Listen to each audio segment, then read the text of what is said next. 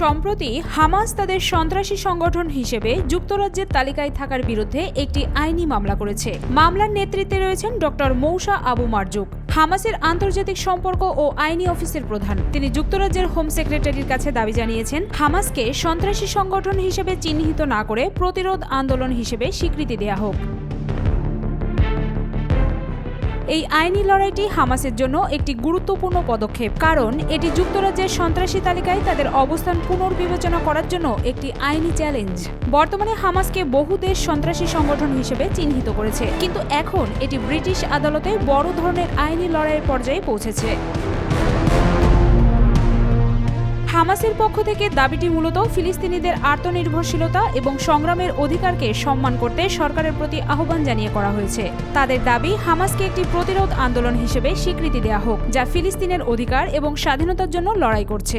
তাদের মতে এটি সন্ত্রাসী সংগঠন হিসেবে চিহ্নিত হওয়ার কোনো উপযুক্ত কারণ নয়, কারণ তারা শুধু ফিলিস্তিনের স্বাধিকার এবং মানবাধিকার প্রতিষ্ঠানের জন্য সংগ্রাম করছে। বান্ডেল থাকলে প্রতি সেনমানিতে টাকা বাঁচবে। বিকাশ সেনমানি বান্ডেল কিনে জিতুন প্রতি লেনদেনে।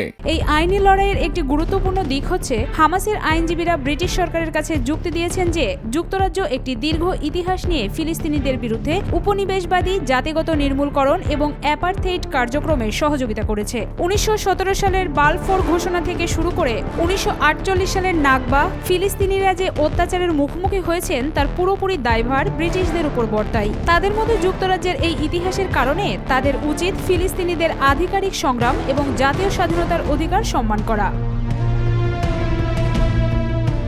হামাসের আইনি দল যুক্তরাজ্য সরকারকে স্মরণ করিয়ে দিয়েছে যে তারা শতবর্ষেরও বেশি সময় ধরে ফিলিস্তিনিদের অধিকার রক্ষায় কোনো কার্যকরী পদক্ষেপ নেয়নি। এই অভিযোগের ভিত্তিতে তারা যুক্তরাজ্য সরকারের নৈতিক অবস্থান পুনর্বিবেচনার আহ্বান জানিয়ে দাবি করেছেন, হামাসের মতো একটি প্রতিরোধ আন্দোলনকে সন্ত্রাসী সংগঠন হিসেবে চিহ্নিত করা নৈতিকভাবে অযৌক্তিক। হামাসের আইনি দল আরেকটি গুরুত্বপূর্ণ দিক তুলে ধরেছে আন্তর্জাতিক আদালতের রায় নিয়ে। আন্তর্জাতিক আদালত সম্প্রতি বলেছে, ইসরায়েলের কর্মকাণ্ড গণহত্যার শামিল হতে পারে। এমন পরিস্থিতিতে হামাসের আইনজীবীরা যুক্তরাজ্য সরকারকে আহ্বান জানিয়েছেন, তারা যেন তাদের নৈতিক অবস্থান পুনর্বিবেচনা করে এবং ফিলিস্তিনিদের প্রতি ন্যায্যতা প্রতিষ্ঠা করতে চেষ্টা করেন। এদের মধ্যে ইসরায়েলের কর্মকাণ্ড আন্তর্জাতিক আইন এবং মানবাধিকারের প্রতি গুরুতর লঙ্ঘন এবং যুক্তরাজ্য সরকারকে এই ব্যাপারে আরও কার্যকর পদক্ষেপ নিতে হবে। এটি হামাসের পক্ষে একটি শক্তিশালী যুক্তি, যা তাদের আইনি লড়াইয়ের ভিত্তি হিসেবে ব্যবহৃত হচ্ছে। এই আইনি লড়াইটি শুধু হামাসের ভবিষ্যৎ সম্পর্কিত নয়, বরং ফিলিস্তিনিদের প্রতি যুক্তরাজ্যের দীর্ঘকালীন দৃষ্টিভঙ্গি এবং তাদের ভূমিকা সম্পর্কেও একটি গুরুত্বপূর্ণ প্রশ্ন তোলে। যদি যুক্তরাজ্য সরকারের অবস্থান পরিবর্তিত হয়, তাহলে এটি ফিলিস্তিনিদের প্রতি আন্তর্জাতিক সমাজের দৃষ্টিভঙ্গি ও ভূমিকা পরিবর্তন করতে পারে। এটি বিশ্ব রাজনীতিতে একটি গুরুত্বপূর্ণ মোড় হতে পারে। একদিকে হামাস তাদের নিজস্ব প্রতিরোধ আন্দোলন হিসেবে স্বীকৃতি চাচ্ছে, আর অন্যদিকে আন্তর্জাতিক আদালতের সিদ্ধান্ত এবং ব্রিটিশ সরকারের নৈতিক দায়বদ্ধতা, এইসব মিলিয়ে বিষয়টি এখন বিশ্ব রাজনীতিতে নতুন মাত্রা যোগ করেছে।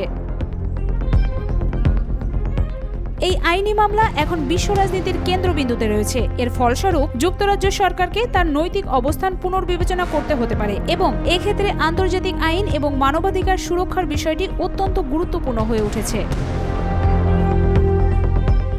এদিকে ফিলিস্তিনিরা আশা করছে, এই আইনি লড়াইয়ের মাধ্যমে তারা ফিলিস্তিনিদের অধিকারের প্রতি আরও দৃঢ় আন্তর্জাতিক সমর্থন লাভ করবে এবং তাদের সংগ্রামকে বৈধতা দেয়া হবে।